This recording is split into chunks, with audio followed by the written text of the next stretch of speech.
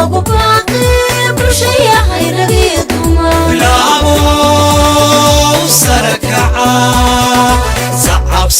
sacab kusoo dhawow janaalkeena isboortiska fadlan si aad u hesho macluumaadkii ugu dambeeyay ciyaaraha subscribe dhaho janaalkeena kambaleelkana furo si aad u noqoto qofka ugu horeeya oo daawada muuqaaladeena cusub. Diego Simeone oo magacaabay macalinka ugu jecel yahay kubadda cagta. Tababaraha ku guuleystay abaal-marinta macalinka bisha September ee Premier League oo la shaaciyay.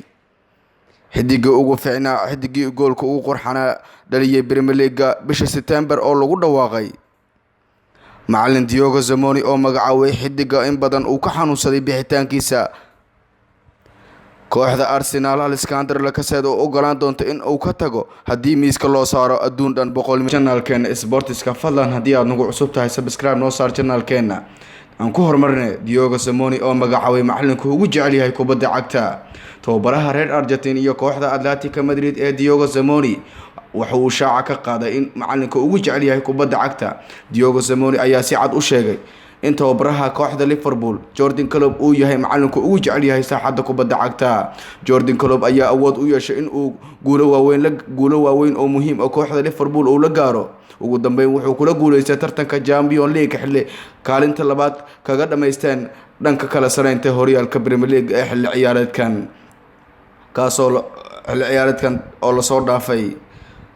49 jirkan ayaa wareysi uu siiyay dancer ee dalka Spain wuxuu ku sheegay macalinka uu ugu jecel yahay kubadda cagta in uu yahay Jurgen Klopp. waxaa jira waxyaabo ku guuleysata in kalena waxaan ku guuleysanaa waxyaabo qaab badan. ciyaartoydiisa iyo kuwiisaba way isku dhow yihiin. kooxda kubadda cagta Arsenal ayaa Alexander Lacazette u ogolaan doonto in uu ka tago haddii miiska loo saaro adduun dhan 100 milyan oo euro. kooxda kubadda cagta Arsenal ayaa la soo warinayaa in ay ogolaan doonto in uu tago Alexander Lacazette haddii miiska loo saaro adduun dhan 100 milyan oo gani. shabakada ciyaaraha ee Football London ayaa warinaysa Arsenal in ay ogolaan doonto in uu tago Alexander Lacazette haddii la siiyo lacag lagu qiyaasay 100 milyan oo gani aan la micno ahayn lacagaha lagu jibin karo qandaraaskiisa. wakiilka weeraryahanka Dimitri Jelsov ayaa shaaca ka qaaday in kooxda ay u ogolaanayso in uu ka tago lacag lagu qiyaasayo 45 milyan oo gani oo u dhiganto 56 milyan oo dollar. laacibkan kaasoo aanan haysan sharuudo lagu sii deyn karo loona badinayo in loo ogolaan doonin in uu ka tago garoonka Emirates Stadium laguna fasaxi doono haddii uu tagayo wax aan ka yareen 100 milyan oo gani. Sadio Mane oo ka hadlay codeynta abaal-marinta FIFA The Best. weeraryahanka reer Senegal iyo kooxda Liverpool ee Sadio Mane ayaa ka soo hormuuqday saxaafadda wuxuuna ka hadlay waxyaabo badan isaga iyo ku saabsan iyo xirfadiisa ciyaareed ee Liverpool iyo Senegal. xulka qaranka Senegal iyo Brazil ayaa kulan saaxiibtinimo ay maanta wada ciyaareen waxay ku kala baxeen barbaro gool ah. kulankan ayaa qayb ka ah kulamada caalamiga ah ee qorsheynaysa in la ciyaaro bisha October. xiddiga reer Senegal Sadio Mane ayaa waxyaabihii uu ka hadlay shirka jaraa'id uu maanta ka soo muuqday ayaa waxaa ka mid ahaa codeynta abaal-marinta FIFA The Best ee dhawaan uu ku guuleystay Lionel Messi. Mane ayaa markii ugu horeysay ka hadlay codkii uu ka helay kabtanka kooxda Barcelona ee Lionel Messi abaal-marinta FIFA The Best. xiddiga kooxda Liverpool ee Sadio Mane ayaa arintan ka hadlay wuxuu yiri run ahaantii waa wax aad u weyn in ammaan weyn oo igaga timaado Lionel Messi runtii waan u mahadcelinayaa. si kastaba ha noqotee Lionel Messi ayaa codeyntiisa uu doorashada koowaad ka dhigay Sadio Mane iyadoo doorashada labaad uu ahaa Cristiano Ronaldo halka doorashada saddexaad uu ahaa uu ka dhigtay Frank de Jong. xiriirka kubadda cagta FIFA oo go'aan ka soo saaray haddii uu matali karo Ansu Fati xulka qaranka Spain. xiriirka kubadda cagta adduunka FIFA ayaa go'aan rasmi ah ka soo saaray haddii uu matali karo xiddiga kooxda Barcelona Ansu Fati xulka qaranka La Roja ama Spain.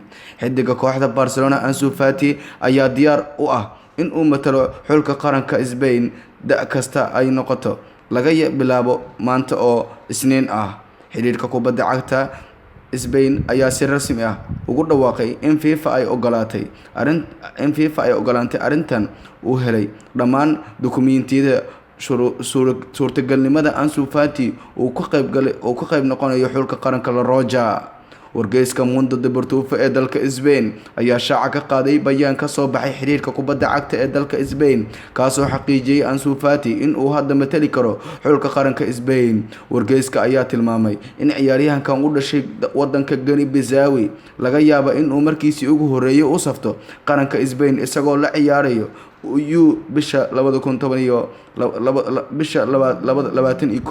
ee November ee soo aadan.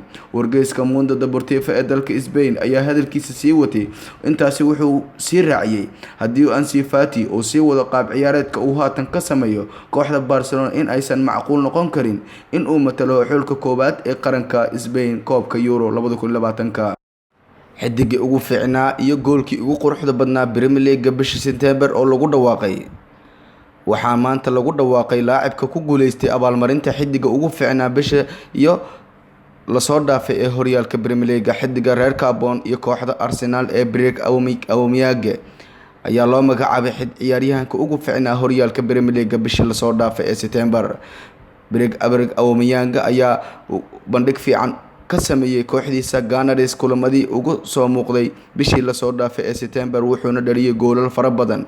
bogga rasmiga ah ee Premier League ee Twitter-ka ayaa lagu shaaciyay in Aubameyang oo loo caleema saaray abaalmarintan xiddiga ugu fiicnaa bishii la soo dhaafay ee September horyaalka Ingiriiska. Arsenal ayaa ciyaartay 4 kulan horyaalka Premier League bishii la soo dhaafay ee September iyagoo garaacay Aston Villa.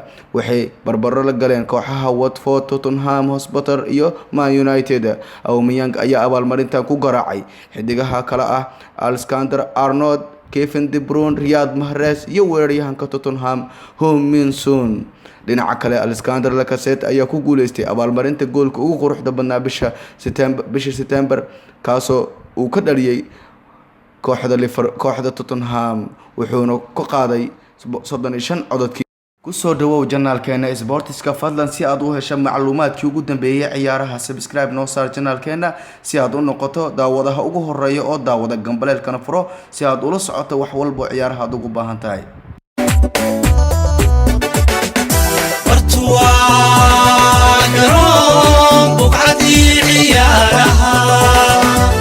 barbaarti la soo xulay tartan loogu baaqay bulshaya hayragii dumar bilaabo sarakaca sacab